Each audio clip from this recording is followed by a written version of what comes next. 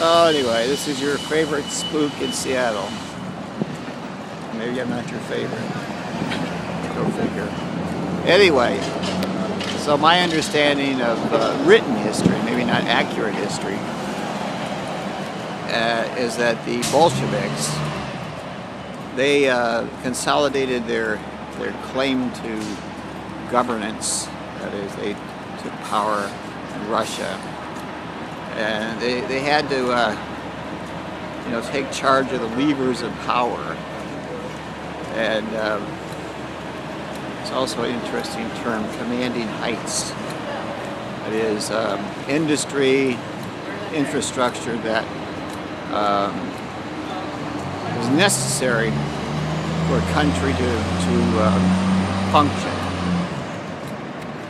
So, in the same sense, when, say, Germany took control of France in World War II, well, they had to start sort of like a semi-legitimate puppet government. They were the Vichy government. That is, they were governments. They were the French government that was supported by Nazi Germany. So anyway, but once the Nazis got firm control. Now remember, we're talking about firm control. That means they have all the eggs in the same basket. Then they began to implement their real plan, their desired goal, besides conquest of the whole fucking world, which was the extermination of the Jews.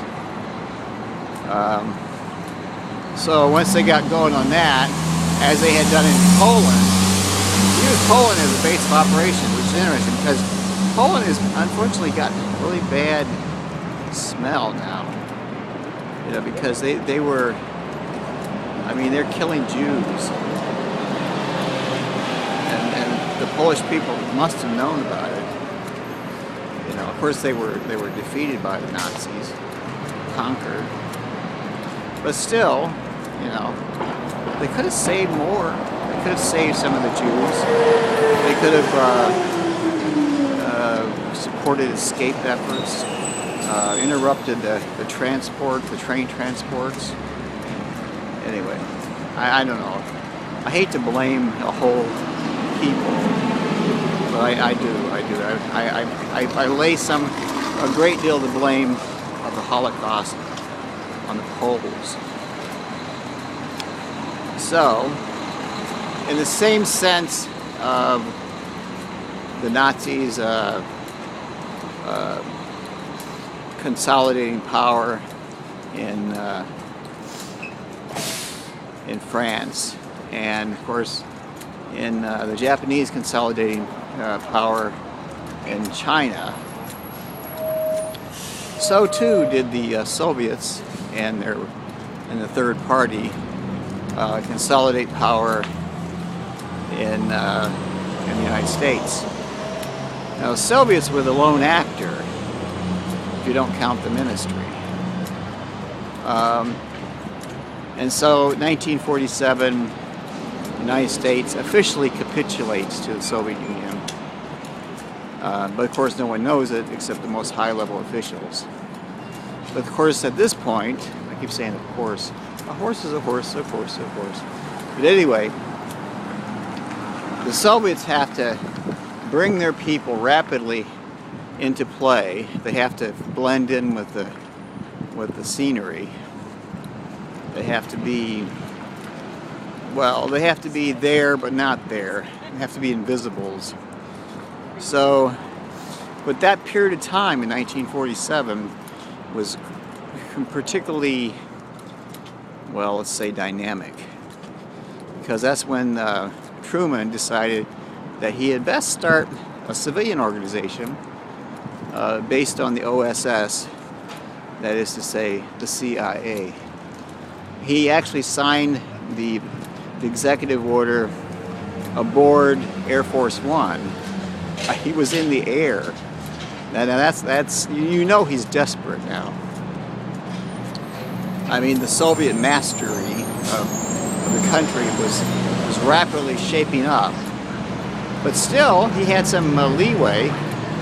And once he had signed the executive order, it would have kind of undid the Soviets' success to a certain extent if they had just said nope, you have to reverse that. So it's important the public image of the United States in 1947 had to be maintained to a certain level, and this continues through today. But today, of course, we have kind of like a hybrid. We're not really a puppet of the Soviets. We're not really a puppet of a third party. We are pretty much a puppet of the ministry.